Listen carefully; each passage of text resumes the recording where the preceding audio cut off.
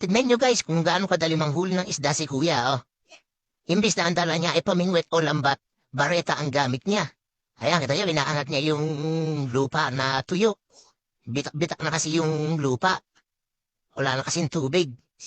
Kaya, yan, pinupukpuk niya. May tignan niya, ayan, may nakita na siyang isang isda, oh. Kaya inangat niya yung lupa. Ayan, nakita niya na yung isda. Parang dalag yata o bulig yung isda na yan.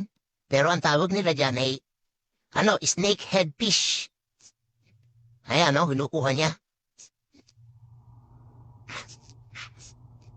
Tumatagal yung isda na yan ang ilang linggo o ilang buwan kahit walang tubig basta medyo basa-basa lang yung lupa.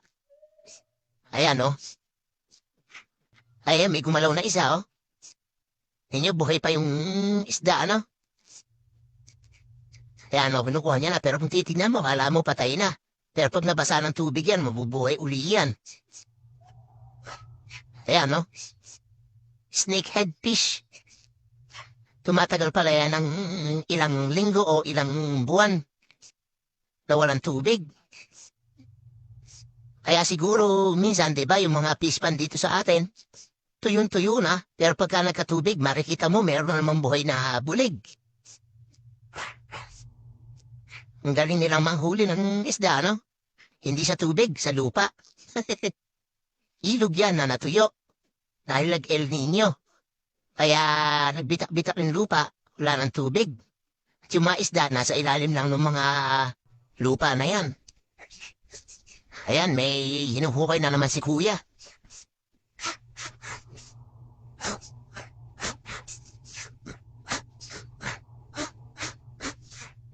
Ay, ayun, may nakita na naman siya. Napakadali manghuli sa kanila ng isda, Hindi mo na kailangan gumamit ng pamingwit. Ayan, Parang mga patay na, parang matitigas na, Pero pagka naano sa tubig yan, mabubuhay uli yan. Ganyan sila katibay na isda. Kahit walang kinakain yan, mabubuhay pa uli yan basta nagkatubig yan. Yung isdang janitor, halos ganyan din ang nila, kahit tuyo na. Pag nabasa na nabubuhay uli. Ayan,